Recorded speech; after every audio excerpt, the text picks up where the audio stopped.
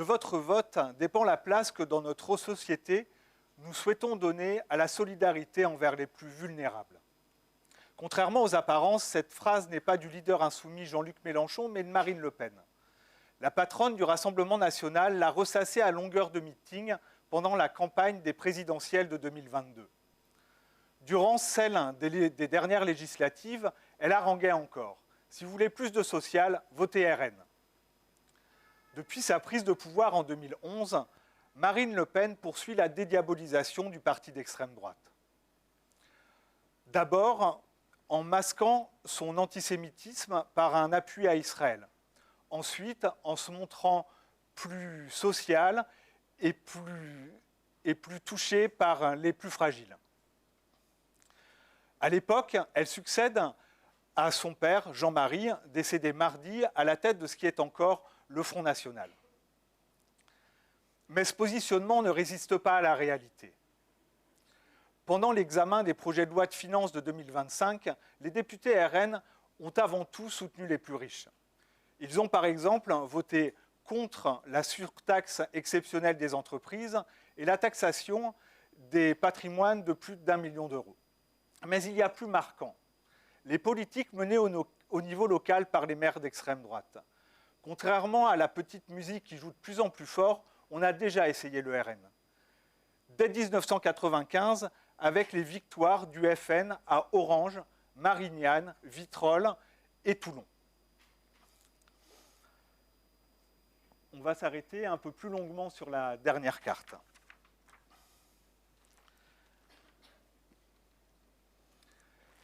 « 17 villes sont aujourd'hui gérées par des majorités Rassemblement national avec son soutien ou celui de Reconquête, le parti du polémiste d'extrême droite Éric Zemmour. Parmi elles, il y a Fréjus, dans le Var, 53 000 habitants, et Perpignan, dans les Pyrénées-Orientales, 120 000 habitants. La petite dernière, Rognac, a basculé le 24 novembre dernier à l'occasion d'une municipale anticipée. La veille, Jordan Bardella, le président du Rassemblement national, lançait la campagne des municipales de 2026. Le parti d'extrême droite est en ordre de bataille.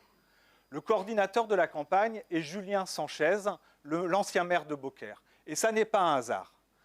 À l'image de David Strachlin à Fréjus ou de Steve Bribois à Hénin-Beaumont, l'eurodéputé a appliqué à la lettre le programme du FN dans la petite ville de l'Est du Gard entre 2014 et 2024.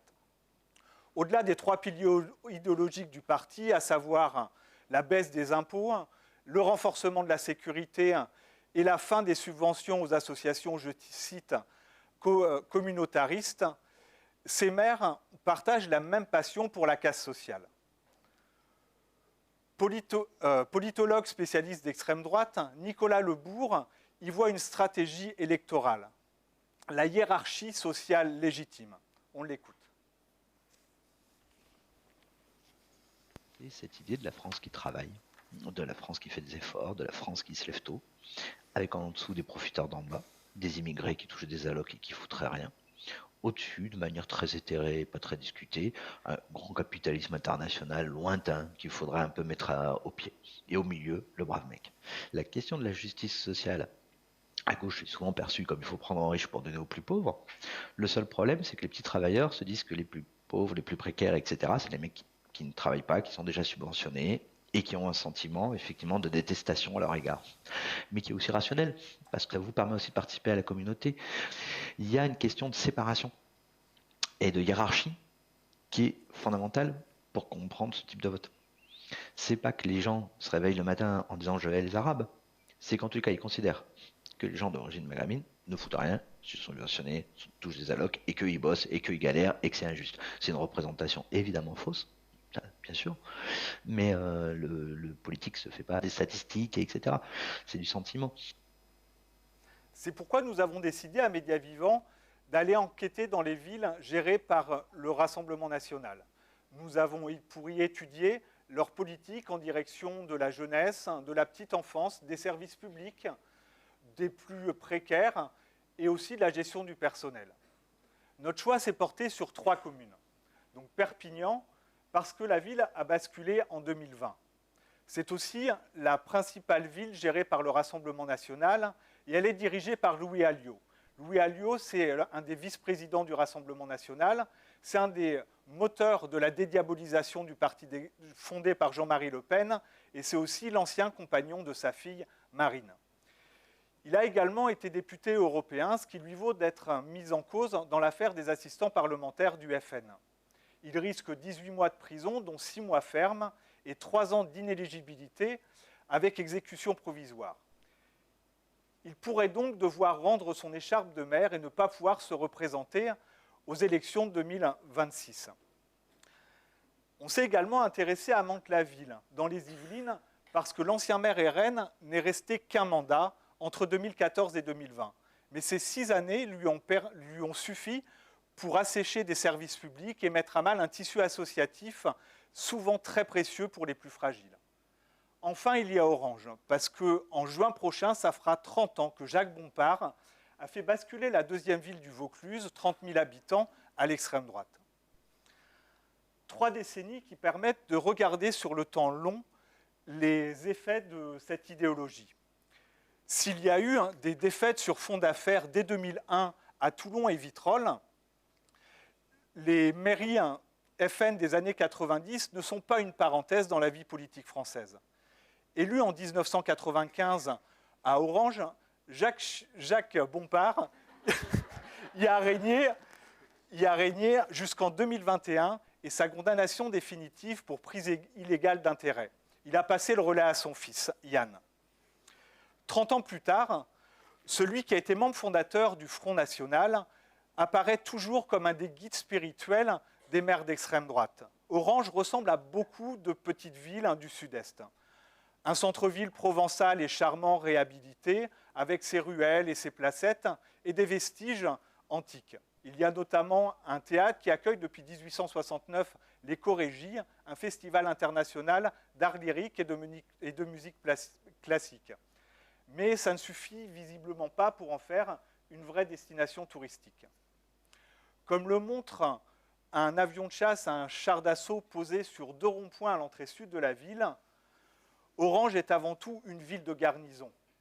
Elle accueille un régiment de la gendarmerie, le centre de formation opérationnelle des combattants de l'armée de l'air et aussi beaucoup de militaires à la retraite.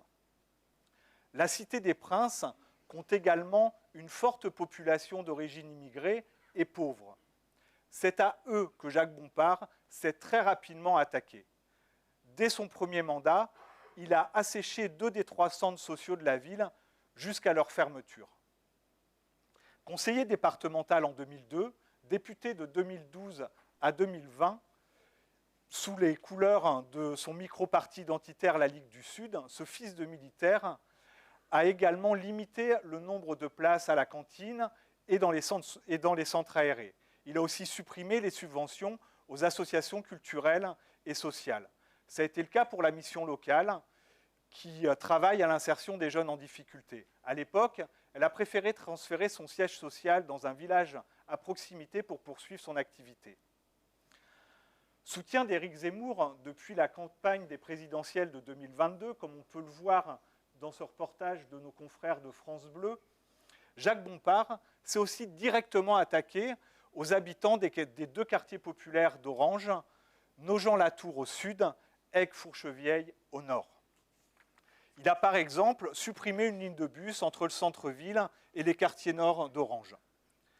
Faute de volonté politique, le bailleur social a décidé seul, en 2013, de lancer la réhabilitation du bâti de la cité Fourchevieille, délaissant les espaces publics.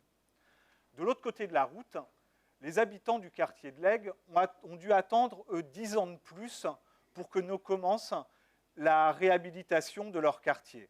Des immeubles ont été détruits, le trafic de drogue s'est exporté sur Fourchevieille, depuis plus rien, comme on peut le voir sur ces photos.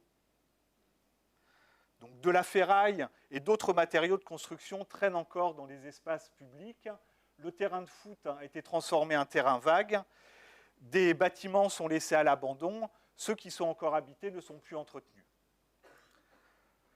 Lors de mon reportage, en fin novembre, les locataires d'un des petits immeubles de la cité, principalement habités par des personnes âgées et des personnes en situation de handicap, m'ont raconté avoir l'année dernière attendu plusieurs mois la réparation de leur ascenseur. Les habitants se sentent abandonnés et relégués.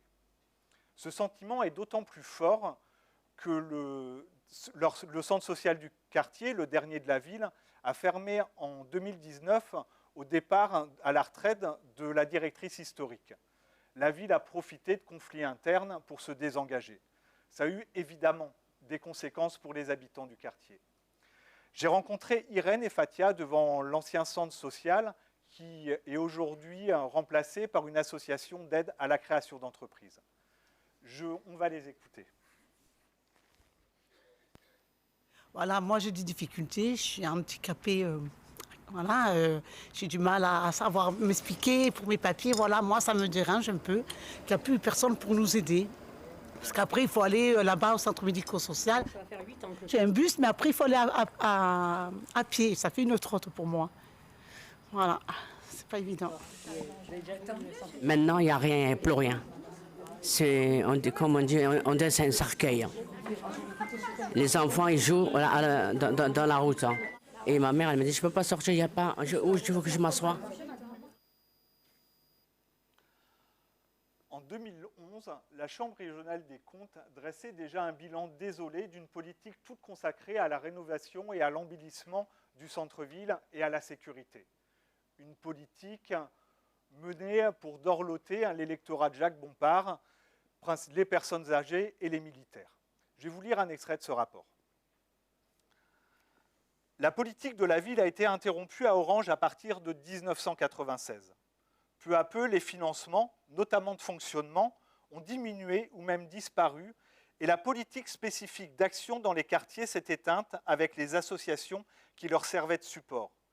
Une seule association a survécu avec l'aide de la Caisse d'allocation familiale, le centre social du quartier de l'Aigle. Pour ne pas augmenter les impôts, Jacques Bompard a aussi arrêté des investissements dès 1995.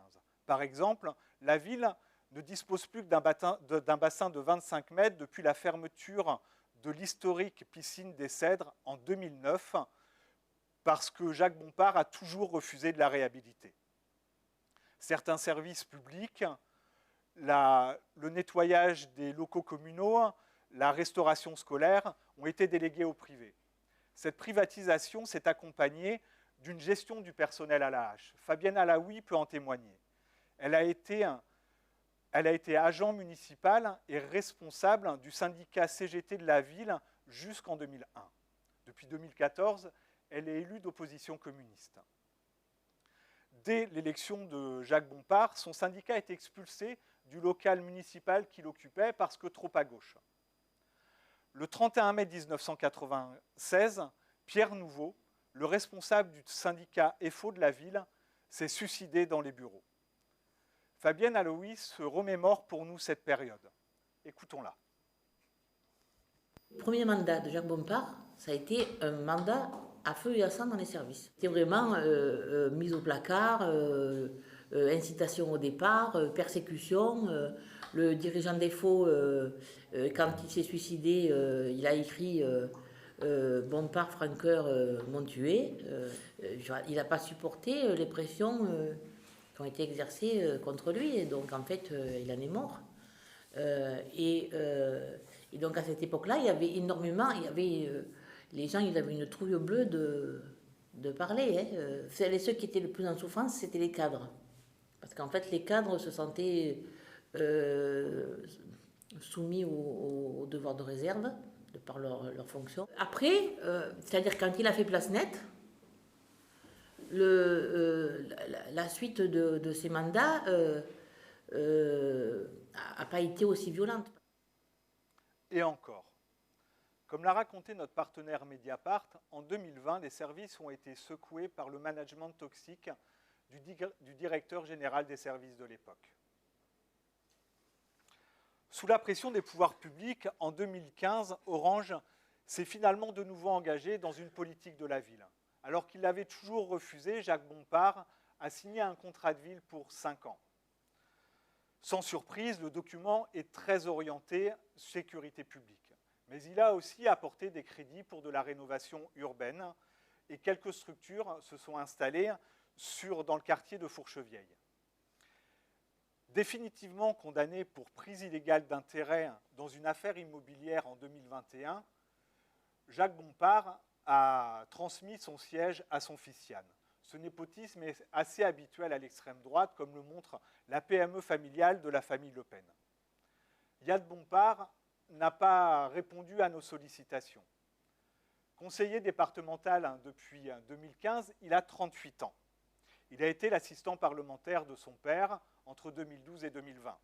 Aujourd'hui, il est également président de la communauté de communes des Pays Réunis d'Orange et il est le responsable du parti Reconquête dans le Vaucluse. Alors, il est plus rond et moins cassant que son père, mais clairement, il marche dans ses pas idéologiques et politiques. À l'exception des Jeudis d'Orange, des animations et des concerts gratuits organisés dans le centre-ville l'été, rien n'a changé depuis son élection. Son opposante Renaissance, Carole Normani, explique même que la ville perd des habitants. Exactement 0,3% entre 2015 et 2021 selon l'INSEE. Après 30 ans de politique d'extrême droite, la famille Bompard a remodelé la Cité des Princes, notamment en reléguant ses quartiers périphériques. Je vous propose d'accueillir Brigitte Laoriga et Kamel Machri. Brigitte Laoriga est la fondatrice du centre social Pierre Estève dans le quartier de l'Aigle, dont elle a été la directrice pendant 37 ans. Kamel Machri est, lui, le directeur depuis 22 ans de l'association Laissez-les faire, un chantier d'insertion installé quartier Fourchevieille. Je vous propose de nous rejoindre.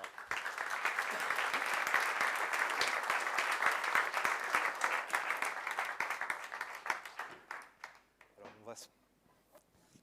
on va se partager les micros. Merci beaucoup d'être venu jusqu'à nous. Donc voilà, une première question qui était pour moi assez simple, mais en même temps essentielle, c'est comment vous regardez, chacun de vous, avec votre... vous avez vu l'arrivée, la victoire de la famille Bompard, vous avez vu son implantation, vous avez connaissé les politiques sociales que la famille a menées. Comment vous regardez Orange après 30 années de gestion de cette famille ?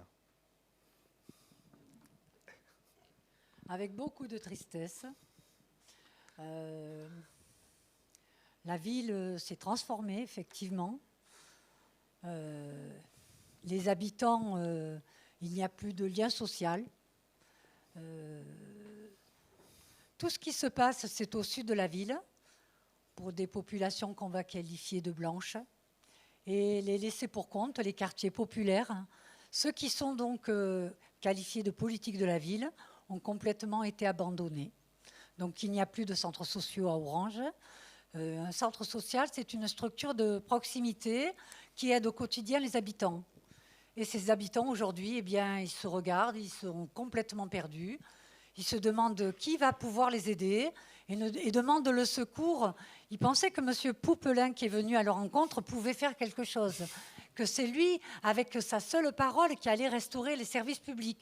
Je ne leur demandais pas grand-chose. Hein. Je leur demandais est-ce qu'on pourra avoir une photocopieuse pour faire nos démarches administratives. Donc, un gros désolement en ce qui me concerne, puisqu'effectivement, j'ai travaillé dans ces quartiers, tous les quartiers de la ville d'Orange, au gré des missions, au gré des projets. Et bien sûr, j'ai été la première personne cible de la chasse guerrière de l'arrivée de Jacques Bompard. Pendant les premières années, ce fut très difficile. Et avec M. Machri, qui était à cette époque-là président, on a trouvé les moyens de subsister à minima pour être toujours à côté des habitants. Et c'est grâce aux habitants aussi que nous avons continué à travailler au bénéfice de ces populations. Mais aujourd'hui, c'est une grande tristesse parce qu'effectivement, il y a des routes qui sont nouvelles, des carrefours, mais rien pour l'humain. Vous parliez de la piscine qui n'a qu'un bassin, Mais la piscine, nous, on l'a tous réclamée en tant qu'Orangeois. On avait un superbe édifice qui demandait qu'à être rénové. Mais ce n'est pas un hasard si la piscine a été non rénovée. C'est tout simplement que M. Bompard me disait, mais tout le monde a une piscine chez soi. Qu'est-ce qu'on va aller faire? Les Orangeois ne vont pas payer quand même parce qu'il y a quelques gamins qui n'ont pas de piscine chez eux. Ils ont qu'à aller à la rivière, hein. Enfin. Il n'y a rien de hasard. Il n'y a rien de hasard. Okay. Merci, Monsieur Majerien. Alors moi, je dirais que vous avez vu ma tête, donc je suis un enfant d'immigré. J'étais en Lozère, moi, mes parents sont arrivés en 57. Et quand je suis un immigré, d'émigré. J'étais du côté de la Lozère et je me suis retrouvé en 92 pour des raisons professionnelles en tant qu'EduxP, donc embauché dans un établissement spécialisé pour handicapés. Et je me suis retrouvé à Orange. Pour moi, Orange était une ville culturelle à côté d'Avignon qui allait apporter, au contraire, quoi. J'allais vivre et partager un sens collectif et culturel en même temps. 95 arrive, j'avoue que quand j'ai appris que M. Bompard avait été élu sur une triangulaire avec 35% des voix, déjà, personnellement, je me suis senti très perturbé. J'ai mis un petit temps avant de réaliser que je me retrouvais dans une ville quand même qui allait avoir une étiquette qui était totalement contre ce que j'avais envie d'essaimer. Et à partir de là, c'est vrai que moi, ma première rencontre avec M. Bompard, ça a été le jour de la journée des associations, qui était une semaine après son élection, où j'avais des rastas à l'époque et tout, tu te rappelles. Et donc, il s'approche de moi pour me serrer la main, pour que je lui serre la main. Et je lui dis non, moi, vous avez été élu, je vous respecte, les habitants vous ont élu, mais il n'est pas question que je vous serre la main. Et donc, à partir de là, on est parti dans un délirium mince. Il a commencé à m'insulter, à m'accuser d'être le responsable du Rwanda, du sida, enfin bref. Toute sa horde est arrivée derrière moi, a commencé à m'agresser de tout mot. Il y a des photos, j'ai retrouvé des photos là-dessus, c'est assez extraordinaire. Et à partir de là, effectivement, on s'est retrouvé un certain nombre complètement désemparés. On s'est dit, mais bon, qu'est-ce qu'on fait? Qu'est-ce qu'on va faire? Comment on peut réagir? Donc la première démarche qu'on a fait, c'est qu'on s'est dit on va créer une association qui s'appelait à l'époque Alerte Orange, qui était une association qui allait apporter des éléments factuels sur ce que vous avez pu commencer à expliquer, sur les dérives et les choix que faisait donc Bompard dans sa démarche, en sachant qu'au début, il était très ami avec Le Pen. Hein. Moi, je me rappelle avoir été agressé par M. Le Pen quand on faisait des manifestations. C'était assez virulent. Donc, à partir de là, on a monté cette association. Et au bout d'un moment, moi, je me suis dit, bon, on va faire du contre-à-contre, on va écrire des choses, on va exprimer des choses, mais est-ce qu'on va faire avancer le schmilblick? Donc, sur l'idée, j'étais déjà moi éduc, je travaillais déjà, j'étais délégué syndical, juge au prud'homme, enfin, j'avais une vie très compliquée, très engagée, et je me suis dit bon non, il faut s'engager là où il y a vraiment nécessité d'aller apporter ses compétences, son savoir-faire, ou peut-être même partager ce que les autres savent faire. Et donc je me suis engagé dans le cadre du centre social, donc j'ai commencé à militer à partir de 95-96, et puis après je me suis aperçu qu'il y avait une association d'insertion par l'activité économique qui s'appelait Laissez-les faire. J'en suis devenu son trésorier. Et à partir de là, on a essayé de résister. On a essayé de résister en essayant d'apporter des éléments factuels. On a créé une maison des services publics à un moment. On a travaillé avec les partenaires. On a délocalisé notre siège social pour continuer à toucher les financements publics. Enfin, on a essayé de trouver toute solution qui pouvait permettre de continuer à exister sur le territoire et d'être visible et permettre à des habitants de pouvoir nous interpeller et construire des choses. On y est arrivé plus ou moins bien, mais petit à petit, on s'est épuisé. On s'est épuisé. On va y revenir tout à l'heure. On s'est épuisé, mais en même temps, on avait quand même cet espoir parce qu'on était reconnus sur des démarches qui étaient claires. On était là, on était sur le terrain encore, on faisait des choses. Et pour les habitants, c'était, comme le disait Brigitte, très, très, très important. Et petit à petit, comme on va vous l'expliquer, ça s'est pas essaimé dans le bon sens. Ok. Est-ce que vous voyez une différence entre Yann et Jacques Bompard? Alors l'un est convaincu, l'autre est sa doublure, je dirais. C'est-à-dire que le fils, on a l'impression de se retrouver dans des pays comme la Syrie ou tout, où le fils prend la tête ou dans d'autres territoires. Non, on n'est pas sur la même longueur. Moi qui ai eu affaire à M. Bompard, une anecdote. Je vais vous raconter. En 2015, l'État a décidé, c'était les socialistes à l'époque, c'était M. Valls qui nous avait obligés à rentrer dans le cadre d'un contrat ville. J'ai même été convoqué, moi, en préfecture, en me disant c'est obligatoire. J'ai dit attendez, c'est peut-être obligatoire pour vous. Moi, en tant qu'être humain et citoyen, je déciderai de ma manière de me comporter ou d'être face à cette réalité-là. Et donc, à ce niveau-là, donc on a accepté. J'ai expliqué au préfet qu'on était dans le compromis, mais pas dans la compromission, que moi, maintenant qui étais directeur et non plus militant, j'assurerais ce que le conseil d'administration de laisser les faire me demanderait de faire, mais qu'il était hors de question que j'ai des liens, quels qu'ils soient, avec ces personnes de la municipalité d'Orange. Et effectivement, ma présidente, qui est actuellement Madame Verblinski, m'a dit, moi, je vais y aller, je vais essayer de relier des liens, je vais essayer de voir comment ça fonctionne. Et en fin de compte, au bout de la 3e fois, elle m'a dit, il est barge, ce monsieur. Il est enfermé dans son truc, il est persuadé qu'on est la partie négative d'Orange et que tant qu'on est là, de toute façon, rien ne fonctionnera comme ça devrait fonctionner. Donc, au bout d'un certain temps, on s'est dit, bon, on rentre dans la démarche, puisque jusqu'à présent, nous, pour pouvoir toucher des financements publics, on était délocalisés à Camaret-sur-Aigle. Quand je viens de voir dans la carte tout à l'heure que Camaret-sur-Aigle maintenant est RN, ça s'essaime. Nous, on est sur un territoire, au Piolenc, où je suis moi actuellement, où on a voté à 78% pour le RN aux dernières élections législatives. On a un choix, nous, entre le RN et la Ligue du Sud. Donc, vous voyez le choix qu'on a démocratiquement. Donc, notre seul choix, c'est de continuer à faire sur le terrain. Si on s'appelle laisser les faire, c'est pas pour rien. C'est pour dire on continue à faire des choses sur le terrain. Mais c'est vrai que le FIS nous a alloué... on a un budget d'1,4 million, nous, actuellement, dans l'association Laissez les faire, structure d'insertion.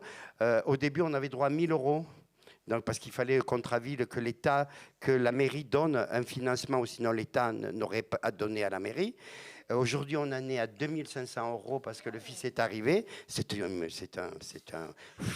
On fait des choses extraordinaires. On achète le café et les gâteaux pour toute l'année. Mais en même temps, moi, je garde, comme je vous l'avais expliqué quand on s'était rencontrés, je continue à faire de la politique avec un grand P, mais je ne rentre pas dans l'anathème avec eux, parce que pour moi, ce qui est important, c'est de continuer à œuvrer et à permettre à des personnes, comme vous le disiez tout à l'heure, qui sont loin, qui ont besoin de nous, de continuer à faire pour eux. Okay. Maintenant, j'ai mes convictions, je sais pourquoi je fais les choses, et j'avoue que si encore notre structure, qui est la dernière structure associative après Bouquet-Malin, en tout cas qui œuvre vraiment dans une dynamique professionnelle et sociétale, ça reste donc notre association Laissez les faire, qui a 2 activités, qui permet de recevoir 60 personnes quand même par an en contrat d'insertion, qui permet de faire évoluer, qui travaille en partenariat avec France Travail et tous les partenaires qui le souhaitent. C'est pour ça qu'on continue à faire les choses. Mais demain, comme l'a dit Brigitte, elle est partie au bout de 38 ans. J'ai arrêté, moi, la présidence du centre social. Il s'est éteint. Moi, il me reste encore 2 ou 3 ans. C'est pas dit que demain, quelqu'un fera la même chose que ce que j'ai fait. Parce que mon travail a été d'abord d'être dans une démarche militantisme. Le choix n'était pas d'être directeur de Laissez les faire. C'était d'apporter ma pierre à l'édifice et de maintenir une action sociale sur ce territoire de Forchevieille. Ok, merci.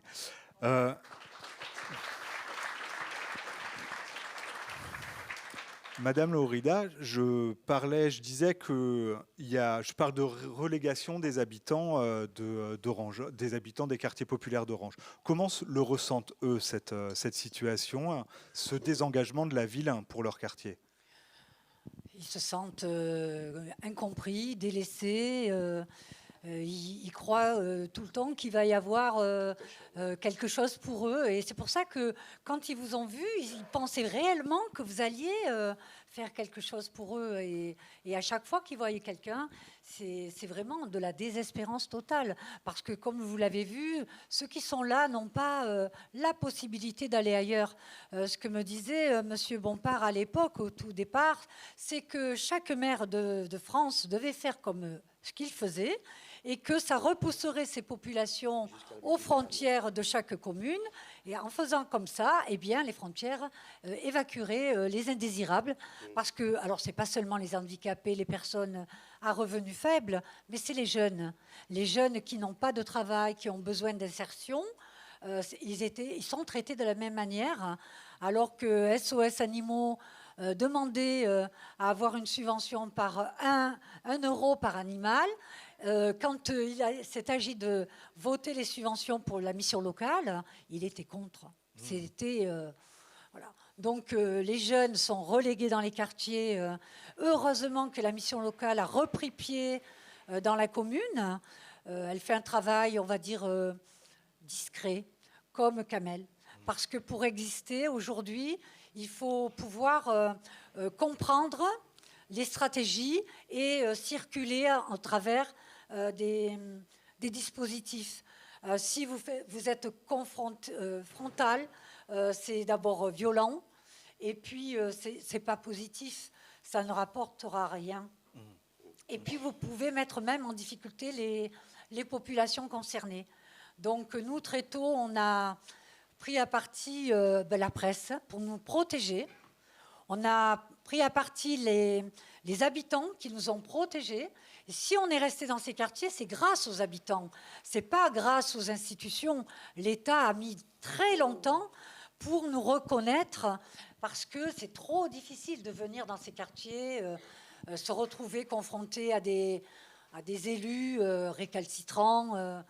Vous faites la une de la presse, on vous traite de voleurs, de gens indésirables, parce que le centre social était ressenti comme une population, on était attractif pour les populations. Donc on a été la cible directe en pensant qu'en détruisant les centres sociaux, on ne retiendrait pas les populations et qu'elles s'en iraient naturellement ailleurs, par magie. La population, elle est toujours là, elle est à l'abandon. Et elle survit. Là, on a détruit les bâtiments, donc forcément, il y a moins d'habitants. Le quartier de Fourchevieille compte quand même 3500 habitants. Elle est la proie d'un trafic de drogue très important qu'on laisse faire, parce que ça sert la politique, effectivement, frontiste, qui dit que, bien, vous voyez, ces populations, comme elles ne sont pas bonnes, elles attirent tous les malheurs. Donc, vous voyez, il faut les laisser. Donc, on a 2 oranges. On a orange, la sombre, celle où il ne se passe rien. L'orange plus lumineuse, la orange des spectacles, qui est fort attractive. Hein. On a une programmation de prestige internationale où le monde entier vient... chaque été, voir des beaux spectacles. Mais c'est deux oranges qui s'ignorent. Hein. Et tout se passe du centre-ville au sud pour une partie. Donc là, il y a une école qui vient d'être construite. Eh bien, forcément, elle est au sud. Elle est à 7 km du centre-ville. Hein. Mais ça ne gêne personne. Hein. Donc, pas de bus pour y aller. Donc, seuls ceux qui auront un véhicule pourront s'y rendre. Tout va très bien. Les commerces s'étiolent. C'est pas grave, il y a des centres commerciaux au sud. Parfait. Okay. Tout est au sud. Les écoles, les centres commerciaux, les notaires, les banques, les bailleurs sociaux. Alors, le bailleur social unique à Orange, je vous le donne en 1000, où il se situe? Devant le théâtre antique. C'est une vitrine magnifique. Tout le monde a fui, il reste plus que notre ami Kamel Machri, qui se bat contre tout le monde, contre les partenaires qui... ne sont pas plus compréhensibles que ce que la ville... Non, parce que ça les arrangerait bien que cette association s'arrête. Ils ne seraient plus obligés de venir à Orange. Il faut bien comprendre que c'est un empêcheur de tourner en rond, que ce soit pour les dealers, que ce soit pour les partenaires, hein. Et effectivement, combien de temps il va tenir, parce que bon, c'est très compliqué. Comme dit, c'est la Ligue du Sud. Hein, quand on dit que tout est au Sud, il porte son nom. C'est la Ligue du Sud. Il n'y a pas tortillé. La population est mais c'est vrai que, comme je disais à une collègue tout à l'heure, il n'y a que venir là, encore quand il y a les décorations de Noël. On a une illumination. Il voulait un Champs-Élysées orangeois. Il a fini par l'avoir. Et donc, on passe cette ligne droite. On a l'arc de triomphe juste en face. Hein, et puis, juste après avoir passé l'arc de triomphe, tout est noir. Il n'y a plus aucune lumière pour pouvoir permettre à des habitants de se dire, ah ben, il y en a aussi un peu pour nous. Il y a un sapin de Noël ou quelque chose qui, même si on n'est pas d'abord, on est peut-être musulman, on n'y croit pas, on reste dans une société qui doit partager. On a toujours fait des Noëls, nous, dans le centre social, ou même moi, à l'association Laissez-les faire, où on invitait les enfants, on faisait des cadeaux, on avait un Père Noël. Même s'il y a des cultures différentes, on est en lien social ensemble et on peut partager des choses tout en respectant les convictions des uns et des autres. Très bien. Je vous sens très remonté, très véhément, mais en tout cas, et je voulais vous poser une question par rapport à ça. C'est que j'ai l'impression qu'il y a quand même beaucoup de fatalité, démobilisation chez les militants politiques à Orange. Oui. Est-ce que cela s'explique? Je me demande s'il y a la brutalité de la gestion aussi joue pas aussi là-dessus. Qu'est-ce qui fait ça? Moi, je dirais seulement de ma part, et c'est un peu ce que je regrette, c'est que devant cette réalité-là, j'aurais pu espérer depuis des années qu'un certain nombre de gens intelligents puissent se mettre ensemble pour construire quelque chose. Regarde cette réalité-là, ce qui n'a pas été le cas.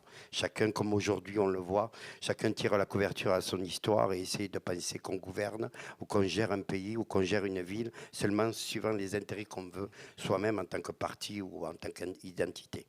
On a fini par se dire qu'on n'allait plus être dans de la politique politicienne, qu'on allait être plutôt dans une politique avec un grand P, comme je vous le disais tout à l'heure, et que l'idée, c'était au moins d'essaimer auprès d'habitants, de populations, le cadre, le droit, leurs devoirs, leur capacité à pouvoir acquérir le plus de choses possibles pour pouvoir se défendre et être des êtres humains à part entière, droits, qui peuvent voter, parce que l'insertion, c'est pas que du travail, c'est de la citoyenneté, c'est de l'accompagnement, c'est pour des êtres humains, des fois, qui ont été loin, pendant un moment enfermés dans leur propre problématique, c'est de les remettre au centre de la dynamique en leur disant, vous êtes un acteur comme les autres et vous avez le droit et le devoir, à un moment, de décider et de donner votre point de vue et votre parole.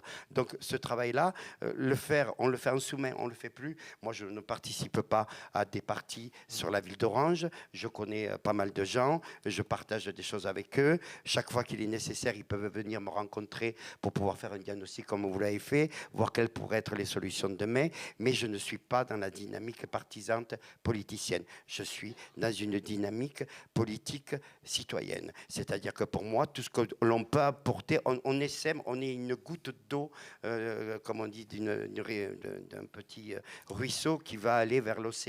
On fait très peu.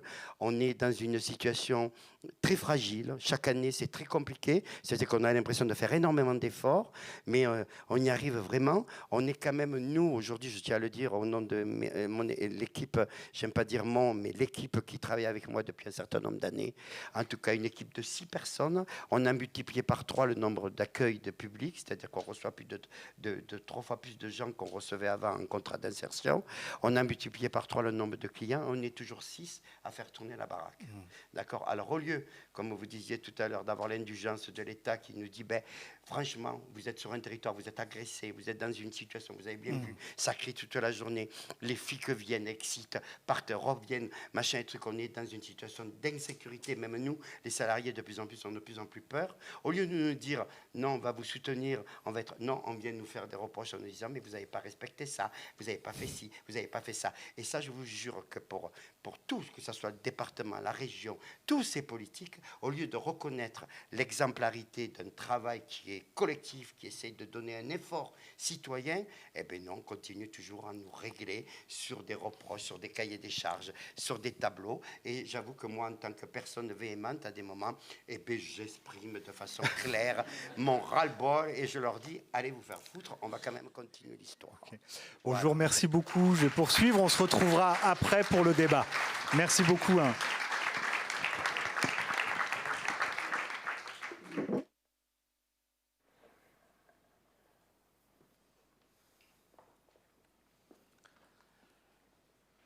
Il n'y a pas besoin de 30 ans pour mettre à sac une ville. En un seul mandat, Cyril Naute a déjà été très efficace. Ce prof d'histoire géo était totalement inconnu avant sa victoire surprise à la tête de Mantes-la-Ville en 2014. Mantes-la-Ville, c'est une petite cité dortoir de 20 000 habitants posée au nord-ouest de Paris avec une forte population ouvrière et d'origine immigrée ou immigrée. En journée, les rues sont vides. Il y a quelques bars et restos, mais aucun lieu de sortie et très peu d'animation. Les jeunes la boutent pour Mantes-la-Jolie, sa fausse jumelle, juste à côté. Pour eux, c'est Mantes-la-Vieille et Mantes-la-Folie, m'a expliqué Fabien, le patron du petit bar, un troquet installé depuis plusieurs dizaines d'années à côté de la place du marché. Contre l'installation d'une mosquée, combat qu'il a finalement perdu, Cyril Naute s'est lui aussi attaqué aux associations de sa ville dès son élection. Au premier conseil municipal, le nouveau maire a réduit l'ensemble des subventions de 15%. L'année suivante, il a enlevé les 85% restants à certaines structures, y compris des clubs de foot. Ça a été le cas pour le FC Mantois, un club de foot de 1200 licenciés, dont un quart est originaire de Mantes-la-Ville et de ses quartiers populaires. Dans 2 ans, la ville a perdu, le club a perdu 80 000 €. Son président, Samy Damergy, était à l'époque un entrepreneur sans aucun engagement politique. En 2020, il a fait tomber Cyril Naute et il l'a remplacé. Cyril Naute a lui aussi refusé de répondre à nos sollicitations, mais il avait expliqué sa décision à notre partenaire Mediapart. Donc on voit l'article, je vais vous le résumer. Il expliquait, je cite, « Nous avons demandé des efforts à tout le monde. Il faut arrêter de croire que le football va sauver les banlieues françaises. » Il avait aussi comparé les habitants de Mantes-la-Ville. D'un côté, ceux qui travaillent, jugés plus méritants. De l'autre, je le cite encore, « Les jeunes des quartiers dits défavorisés, pour parler plus clairement, issus de l'immigration. » C'est l'exemple même de cette hiérarchie sociale légitime que nous expliquait Nicolas Lebourg en introduction. La politologue Christelle Lagier va plus loin. Cette spécialiste du vote d'extrême droite, maîtresse de conférences à l'Université d'Avignon, y voit la mise en pratique de la préférence nationale chère au parti à la flamme depuis sa fondation. Christelle Lagier est parmi nous. Je vous demande de l'accueillir.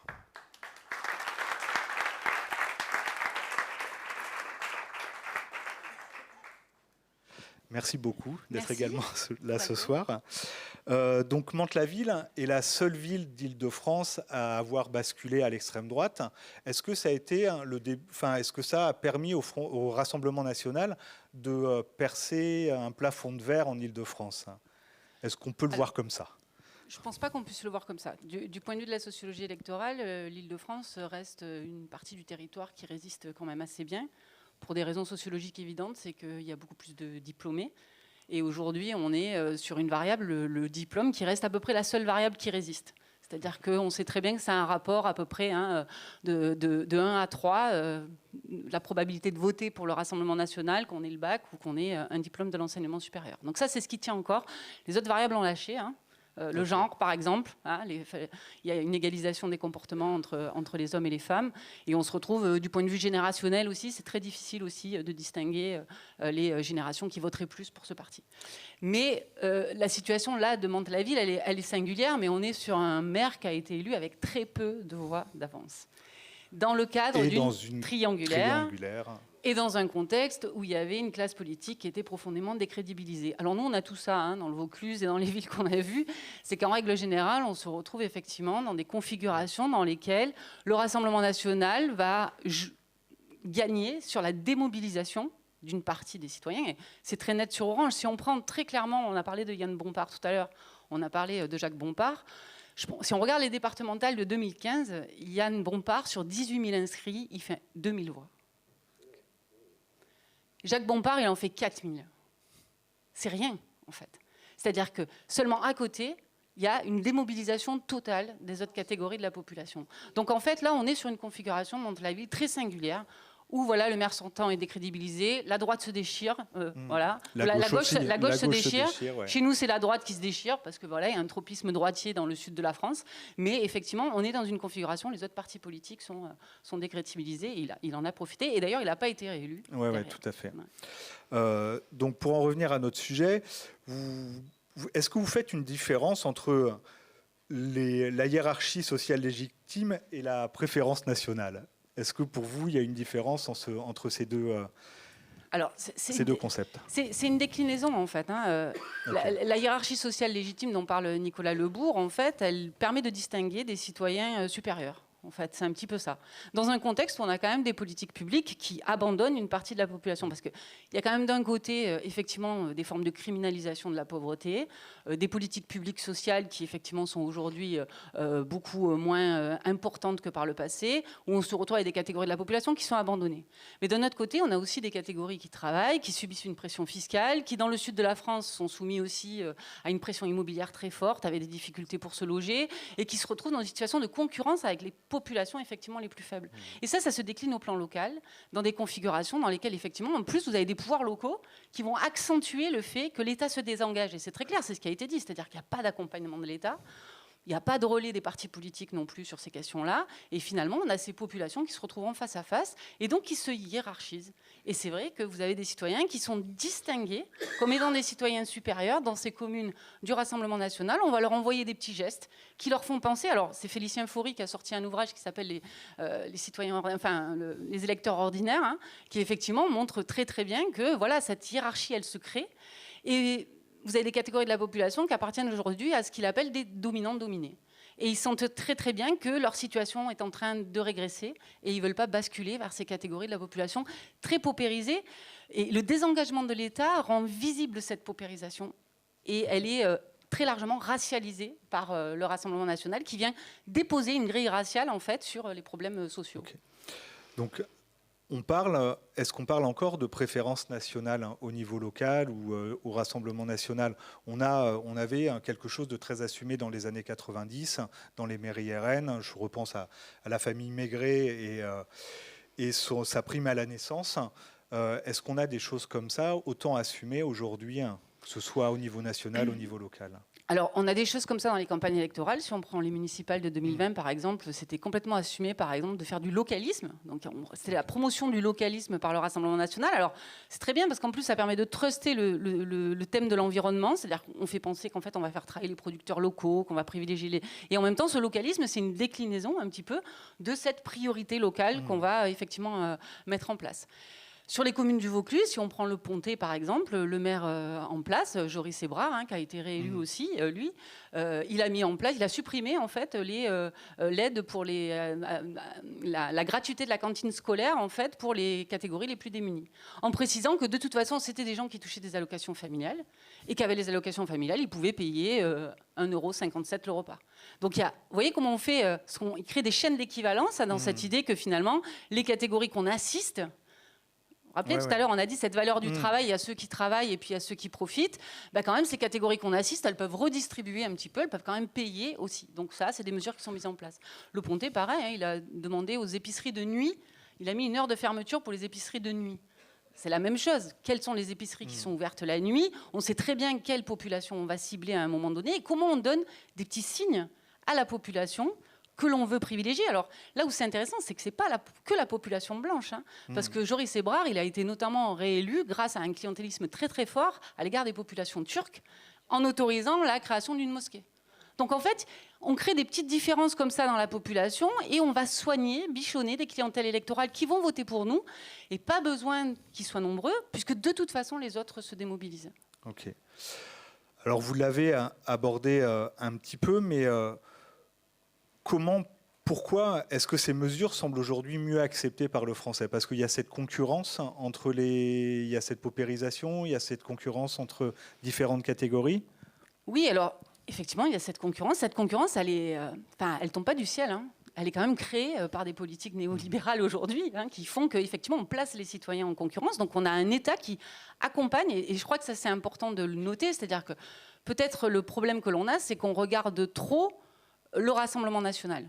C'est-à-dire que quand on regarde les élections, on va se focaliser sur les résultats qu'ils ont faits, on va se focaliser sur les mairies qu'ils vont avoir pris, etc. Mais en fait, il faut dézoomer, il faut regarder ce qui se passe autour. C'est la situation globale des services publics qui fait problème, c'est la situation globale des politiques sociales qui fait problème. Et en fait, l'État crée aujourd'hui un terreau, entretient un terreau très favorable en fait à l'installation de ces maires dans des différentes communes.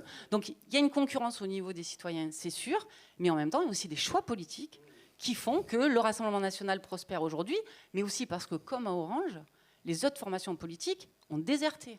Le discours sur l'égalité, il est déserté. Orange, il n'y a plus de gauche. Il n'y a plus de droite. De toute façon, le nord du Vaucluse, on a le choix entre l'extrême droite et l'extrême droite. Et il y a des territoires qui ont été complètement abandonnés dans des stratégies politiques très basiques. Historiquement, Jacques Bompard voulait s'installer sur Avignon. On a fait comprendre à Jacques Bompard qu'à Avignon, le terrain était pris et qu'il valait mieux qu'il aille ailleurs. Et on lui a laissé le nord Vaucluse. Et ça a été Orange, et ça a été Bolène, avec une démission progressive. Il n'y a plus de droite, il n'y a plus d'opposition de droite, il n'y a plus d'opposition de gauche, ils sont tout seuls. Donc forcément, comment vous voulez que des populations qui déjà sont abandonnées par les politiques sociales et les politiques publiques aillent voter pour des partis politiques qui ne sont même pas là, en fait. Il n'y a pas d'offre politique. Ok. Est-ce que alors Kamel Majri l'a évoqué tout à l'heure, est-ce que donc, ma question un peu biaisée, mais j'y reviens quand même. Comment réagissent les représentants de l'État face à cette absence de politique sociale? Est-ce qu'eux appuient un petit peu, les délaissent et laissent les maires faire à leur sauce Alors, on a évoqué tout à l'heure la stratégie de dédiabolisation. Alors, qui date pas vraiment de Marine Le Pen, en fait. La création du Rassemblement national, c'est déjà une stratégie de dédiabolisation des groupuscules d'extrême droite qui ont dit on va rentrer dans le jeu démocratique, en fait. Donc, et cette stratégie de dédiabolisation, en fait, elle fait qu'à chaque fois que s'installe un représentant Front National à la tête d'une mairie, d'un exécutif local, que ce soit la région, le département, etc., on l'a très bien vu avec Marion Maréchal sur Carpentras quand elle a été élue députée. En fait, elle entretient de très très bonnes relations avec tout le monde, et notamment avec les représentants de la droite locale, et elle se rend à tous les événements, et voilà, une stratégie en fait on ne fait pas de vagues, parce qu'ils n'ont pas commis les mêmes erreurs qu'en 95, ils ne sont pas allés sur des mesures très idéologiques, ils ont fait de la bonne gestion, voilà, on va gérer les mairies, on s'intéresse à la population, aux soucis directs des citoyens, c'est ce que Jacques Bompard fait sur Orange, voilà, vous avez votre rue qui est abîmée, on vient vous la réparer, on vous répare ceci, on entretient le devant de votre porte, en fait, que les gens n'aillent pas chercher ailleurs et qu'ils aient le sentiment qu'on s'occupe d'eux, en fait, et qu'ils sont les populations préférées. La préférence nationale, elle se décline comme ça. Je suis la population préférée à l'échelle d'une commune. Ok, très bien. Je vous remercie beaucoup. On va poursuivre l'échange après, pendant le débat. Merci.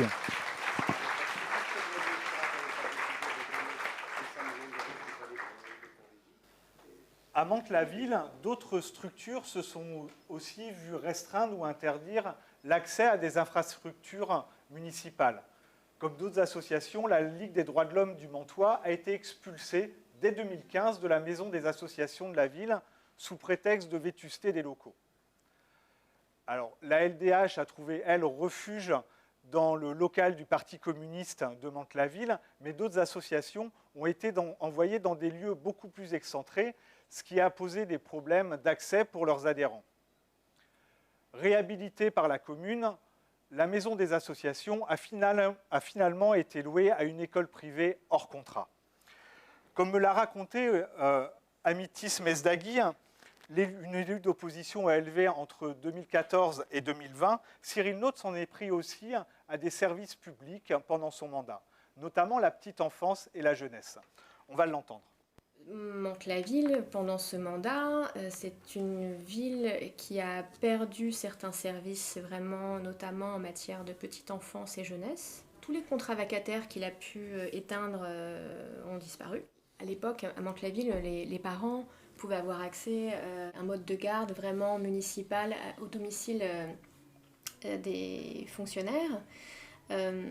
Pendant le mandat, Cyril Naute a vraiment mis fin à beaucoup de contrats, des dizaines et des dizaines de ces contrats, pile au moment, par exemple, où il y a eu des ouvertures de crèches privées dans la ville. Et on avait interpellé le maire pour lui dire « Mais écoutez, monsieur le maire, au moins gardez les contrats pour les enfants qui vont bientôt rentrer à la maternelle, qu'on ne casse pas le contrat, qu'il n'ait pas à changer de nounou avant de rentrer en petite section. » l'indifférence totale. C'est-à-dire qu'il a envoyé les parents en fait dans le privé. Sauf que à Mantes-la-Ville, les salaires moyens sont pas très élevés et les crèches privées, il faut faire une grosse avance de frais avant de bénéficier de déductions fiscales et pour beaucoup de parents, c'était vraiment impossible. Donc vraiment, ça a été très délicat. En matière de jeunesse, j'ai un exemple, c'est le centre de vie sociale Augustin Serre qui est dans le quartier des Merisiers. Et il l'a éteint, il y avait beaucoup moins d'animation. Vous savez comment on fait en politique. On limite le financement et après on va critiquer en disant qu'il n'y a pas de fréquentation et puis on se débarrasse. Selon cette ostéopathe, candidate malheureuse en 2020, le rattrapage de Sami Damerji, le nouveau maire divers centres de Mantes-la-Ville, n'est pas à la hauteur de ce qui a été détruit. Soutenu par le sulfureux patron du conseil départemental des Yvelines, Pierre Bédier, l'édile assure lui faire le maximum. Il m'a expliqué avoir doublé les subventions aux associations depuis 2020, avoir donné de nouveaux moyens aux centres de vie sociale de la ville, avoir réouvert les espaces jeunes de la commune. Un changement que note Ahmed Sarr, le fondateur et directeur de l'école d'École et Culture, installée dans le quartier du domaine de la Vallée, une zone périphérique de la ville, presque à la campagne. Son association propose de l'aide aux devoirs, des projets autour de la culture, de la citoyenneté, de la parentalité. Pendant le mandat de Cyril Naute, son association a également ouvert des jardins partagés sur des terrains mis à disposition par la commune. Autant dire, Ahmed Sarr, ce n'est pas un opposant politique. Mais il a été le témoin privilégié du désengagement de la ville sur les questions sociales à partir de 2014. Selon lui, l'activité du centre de vie sociale de son quartier a été très rapidement réduite et l'espace pour ados y a été fermé. Ce qui a eu là aussi des conséquences pour les habitants du quartier, et en particulier les jeunes. Il parle d'une génération RN comme d'une génération sacrifiée sur les politiques de l'extrême droite. On va l'écouter. Les gens disaient, oui, de toute façon, les quartiers sont morts, il n'y a plus de vie, les jeunes sont toujours dehors, il n'y a plus de loisirs. D'ailleurs, il y a quelqu'un qui me fait dire, il y a une génération qu'on appelle la génération Rassemblement National. C'est aujourd'hui cette génération qui est, disons, la plus dure, entre guillemets, de ce qu'on a connu. Ce sont des jeunes, souvent, ils sont dans la résistance, parce que effectivement, il n'y avait pas ce lien social où on les occupait avec des animateurs. Donc ils étaient tous là entre eux en train de s'engueuler. Et ils ont pris ces habitudes-là qui font qu'à un moment donné, c'était dur avec eux. Maintenant, c'est un groupe qui est en train d'être cassé. Mais à un moment donné, c'était très... Les gens se plaignaient en disant que oui, pourquoi ils restent là? Parce qu'il n'y avait pas ce fameux centre de loisirs ouvert. Cette génération RN, cette génération sacrifiée, Perpignan commence à y être confrontée. Gagnée par Louis Alliot en 2020, la préfecture des Pyrénées-Orientales est donc la plus importante ville gérée par le Rassemblement national. Comme à Orange, son centre-ville a été en large partie réhabilité. Mais contrairement à la ville dirigée par la famille Bompard, toute une partie de son économie est centrée sur le tourisme, ce qui la rend beaucoup plus vivante en journée ou en période estivale. Mais Perpignan, c'est surtout une ville extrêmement pauvre, avec 9 quartiers politiques de la ville. Elle accueille également, et depuis toujours, une forte communauté gitane, notamment à Saint-Jacques, un des quartiers les plus pauvres de France. Situé en lisière du centre-ville, il fait penser à certains quartiers de Naples ou Palerme.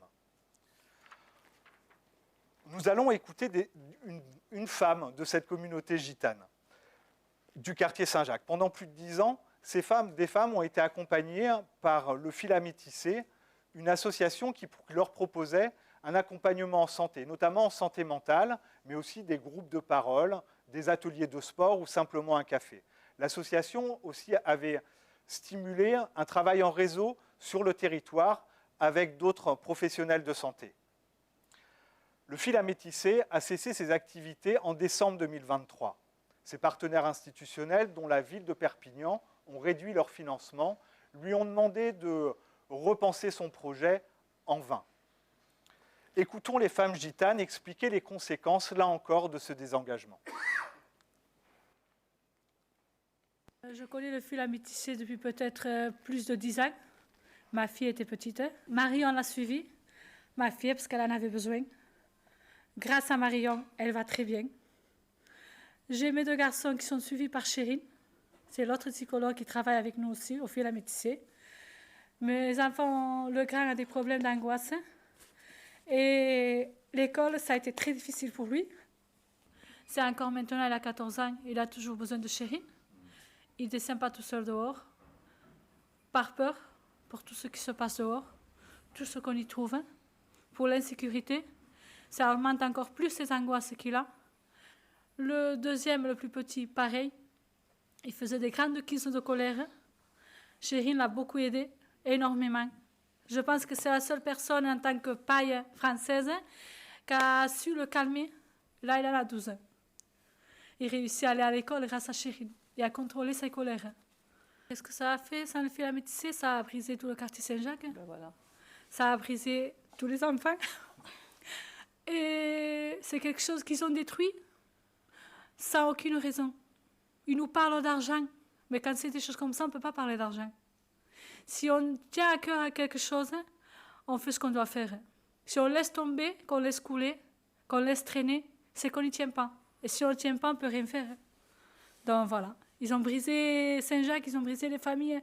Déjà qu'on est assez détruits comme ça, qu'on se sent à l'abandon, dans l'insécurité, des maisons délabrées. On dirait que tu traverses, je sais pas moi, un train de fantôme. Quand tu passes dans le quartier, tu as peur que quelque chose te tombe dessus. Et encore, vous en enlevez ce qu'on a. Ils nous relèvent. Moi, mes enfants m'ont dit, maman, comment on va faire maintenant sans eux? Où on va aller? Ces femmes se sont mobilisées, ont organisé une manifestation devant l'hôtel de ville. Elles continuent aussi d'interpeller Louis Alliot et son équipe, là encore en vain. Selon elles, les solutions proposées ne sont pas à la hauteur des enjeux et des besoins. Louis Alliot, c'est donc l'ancien compagnon de Marine Le Pen. Carrure de rugbyman, accent du sud-ouest, réputé bon vivant, ce quinquagénaire est donc vice-président du Rassemblement national. Surnommé Loulou la Purge, il est aussi donc un des instigateurs de la dédiabolisation du parti d'extrême droite. Pour faire bonne figure, il a par exemple remis la médaille de la ville de Perpignan en octobre 2022 au couple de chasseurs de nazis, Bitt et Serge Karlsfeld. À écouter nos interlocuteurs de tout horizon, la gestion de Louis Alliot n'a rien à voir avec la brutalité d'un Jacques Bompard. En décembre, la première pierre de la réhabilitation d'un îlot du quartier Saint-Jacques a été posée. Les centres de vie sociale municipaux sont toujours debout. L'année dernière, la ville a signé un contrat de ville avec la préfecture des Pyrénées-Orientales. Ses priorités sont la sécurité publique, bien évidemment, mais aussi la santé et l'insertion professionnelle. La ville a également adhéré au dispositif Cité éducative qui permettent une intervention plus importante en direction des enfants et des jeunes des quartiers prioritaires. La directrice régionale d'une fédération populaire qui gère en délégation de services publics plusieurs centres aérés à Perpignan, m'a raconté n'avoir rien à redire sur les moyens qui lui sont alloués. Alors, des débats existent dans sa structure sur l'intérêt de travailler ou non dans une mairie FN, mais elle m'assure qu'elle est complètement libre de ses projets et que les moyens, ses budgets lui permettent de rémunérer parfois mieux ses animateurs que dans certaines villes de gauche. Voici ce qu'elle m'a expliqué. Le cahier des charges me permet de les rémunérer 60 € par jour contre 48 € par jour à Marseille. Ça me permet de les embaucher en CDI et de les inscrire dans la durée. Le directeur général des services de Louis Alliot, Philippe Mosselin, appréciera certainement. Élu sur un programme axé sur la proximité, en particulier en matière de sécurité et de propreté, le maire jure par la voix de son DGS avoir renforcé les services publics depuis son élection, budgétairement et humainement. Souvent envoyé au front par Louis Alliot, Philippe Mosselin m'a reçu très longuement en compagnie de sa directrice générale adjointe aux Solidarités. Écoutons, c'est la politique, comment il défend la politique menée par Louis Alliot. Je crois qu'on adhère à tous les dispositifs de France et de Navarre, hein, contrat de ville, cité éducative. Enfin, mais par contre, il faut voir ce qu'on met derrière, hein, en termes de soutien financier concrètement. Mais donc, on adhère à tous les dispositifs contractuels avec l'État, c'est une chose. Et puis, après, c'est un travail plus fin que l'on mène. Mais il faut plus se retenir comme politique municipale globale, avec effectivement un volet social qui est très important. Mais je pense que le maire a le souci de marier respect des grands équilibres financiers, parce que ça on lui reprocherait s'il appauvrissait la ville, et en même temps maintenir à niveau des politiques publiques qui sont demandées. Parce que vous dites la sécurité, mais c'est aussi une demande. Hein. C'est ce que demande la population, quoi. C'est quoi? C'est les crottes de chien, c'est évidemment être tranquille chez soi, voilà. Alors je ne dis pas que la politique municipale va se réduire à ça, hein. Évidemment que non, mais c'est vrai que on a quand même une responsabilité du quotidien qu'il faut absolument préserver, parce que ça je crois qu'il y a une vraie attente.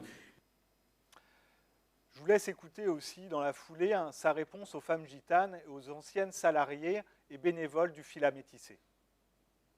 On a soutenu corps et âme. Le problème, c'est qu'à un moment donné, ils sont pris dans un effet ciseau, comme toutes les associations, malheureusement, parce que, ayant répondu des appels à projets qui avaient des débuts et des fins, comme d'habitude, ils ont embauché des salariés qui ne pouvaient plus payer, etc., etc. Mais nous, on a fait notre travail. Et le problème, c'est qu'à un moment donné, l'État a considéré, notamment l'ARS, que ça ne répondait plus à la mission, etc. Et puis, s'ils participent à la politique publique, ils ne peuvent pas faire sans concession sur le projet associatif. Parce qu'en fait, moi j'ai beaucoup discuté avec eux, en fait ils ne veulent pas faire de concessions sur leur projet. C'est leur droit le plus strict, évidemment, hein, mais sauf qu'il n'est pas finançable. Ce que le DGS oublie de dire, c'est que la ville a complètement accompagné le choix de l'Agence régionale de santé d'Occitanie. Pour Bénédicte Vincent et Bob Achia, élus Sud 66 à la ville de Perpignan, il faut lire entre les lignes. Pour eux, après 3 années d'observation, on commence à voir le vrai visage politique de Louis Alliot. Une crèche municipale a été privatisée et des agents commencent à être placardisés ou incités à partir. Ils assurent aussi que les effectifs des centres de vie sociale ont été quasiment divisés par 2 depuis 2020 et que les projets qui sont proposés se déroulent de moins en moins en dehors de la ville. Certains projets en direction de la jeunesse sont parfois très curieux. Il y a eu une immersion dans une gendarmerie, un voyage à Verdun, le symbole pour le RN des frontières préservées dans une Europe qui les diluerait. Selon les mots de Philippe Mosselin, ces actions doivent permettre de travailler avec les jeunes sur les valeurs de la République et de la laïcité. Pour les opposants de Louis Alliot, ces actions ont pour principal objectif d'alimenter la communication municipale, au même titre que les événements que finance la ville, des concerts là aussi l'été, des trobades, ces spectacles médiévaux, ou encore la fête d'Halloween. Le service communication est dirigé depuis l'arrivée de Louis Alliot par sa nouvelle compagne. Ses effectifs ont été, eux, multipliés par 2. Mais derrière cet affichage, des associations qui travaillent avec les plus démunis font les frais, elles, de cette politique. Louis Alliot et son équipe mettent par exemple la pression sur des structures qui sont financées par la ville et travaillent avec Welcome 66, une association d'accueil des migrants. Résultat, cette dernière est obligée de nouer des partenariats dans d'autres villes et villages pour poursuivre ses activités, ce qui pose des problèmes de logistique et réduit le nombre de bénéficiaires. On en revient à la préférence nationale. Dans les quartiers politiques de la ville, des associations sont aussi directement visées. C'est le cas du foyer laïque du Haut-Vernay, une institution locale. Ce club de rugby propose de l'aide aux devoirs porte des projets d'insertion, accompagne des collégiens dans leur recherche de stage. Au bout d'un an, la ville lui a retiré ses locaux administratifs qui étaient mis à disposition pour les transformer en musée de la poupée Bella. La poupée Bella, c'est un jouet bien français qui a été produit entre 1946 et 1984 à Perpignan. Le club a également, et on a refusé au club aussi des salles ou alors des créneaux sur des terrains de rugby. Certains de ces financements ont été coupés, ce qui l'a obligé à réduire ses interventions et son personnel. Pour le président du club, Benoît Castanedo, ces problèmes sont intervenus après son élection au conseil départemental. Il s'était présenté contre le Rassemblement national. Une nouvelle structure, Oval Citoyen, du groupe SOS, prend progressivement la place du foyer laïque. Pour d'autres associations, la relation est ou a été encore plus violente. Comme pour Vernet au féminin. Karima Chaout, sa présidente et fondatrice, devait être avec nous ce soir. Mais des problèmes de santé l'ont empêché de faire le déplacement. Donc Karima Chaout a créé Vernet au féminin au début des années 2000 avec un groupe d'amis. C'était Cité-Salamanque, c'est un quartier, c'est une cité qui est située dans le Haut-Vernet, dans les quartiers nord de Perpignan. La population y a 80% d'origine immigrée. L'association a quelques 200 adhérentes et propose essentiellement des activités aux femmes du secteur. Jusqu'en 2020, elle était notamment aidée par la ville de Perpignan. Depuis l'élection de Louis Alliot, elle n'a plus rien de cette dernière. Toutes ses demandes de subventions ont été refusées. Elle a donc décidé de s'en passer. Le choix était d'autant plus facile à faire que Karima Chaout a subi elle-même nombre d'attaques de la part des services de la ville ou de certains élus. Elle a été accusée d'être fichée S, de faire de la propagande anti-RN, de faire du prosélytisme religieux, d'être communautariste ou encore de refuser d'accueillir des hommes. Pour elle, l'arrivée du RN a vraiment libéré une parole raciste. Lorsque j'ai interpellé Philippe Mosselin sur le sujet, le DGS n'était pas très à l'aise. Il me parlait, je cite, d'incompréhension. Le bras droit de Louis Alliot jure aujourd'hui essayer de renouer les liens avec Vernet au féminin. Pendant mon enquête, j'ai ressenti de la révolte, de l'énergie, de la mobilisation à Perpignan contre Louis Alliot et son équipe, à l'image de celle des femmes gitanes ou de Karima Chaout. On la trouve aussi dans des associations, chez des élus d'opposition et chez des syndicats. À Mantes-la-Ville, la fin du RN a été un soulagement, même s'il reste des stigmates et que l'extrême droite s'y maintient maintenant à 30%. Mais à Orange, c'est la désillusion et la démobilisation qui a pris le pas. Élue d'opposition communiste, Fabienne Alaoui n'imagine pas du tout de changement à court terme. Voilà ce qu'elle m'a expliqué. Dans une ville comme Orange, très à droite, une fois que l'extrême droite est installée, elle ne part plus. Carole Normani, son adversaire Renaissance, mais tout aussi opposante à Yann Bompard, va plus loin. À la fin de notre entretien, elle s'inquiétait de l'ambiance locale. Je la cite aussi. « C'est assez effarant de voir à quel point l'idéologie s'est immiscée dans la façon de vivre.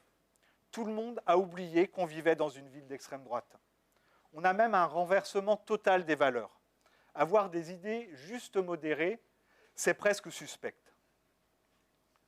En 2006, les municipales vont permettre au Rassemblement national d'accentuer ses combats.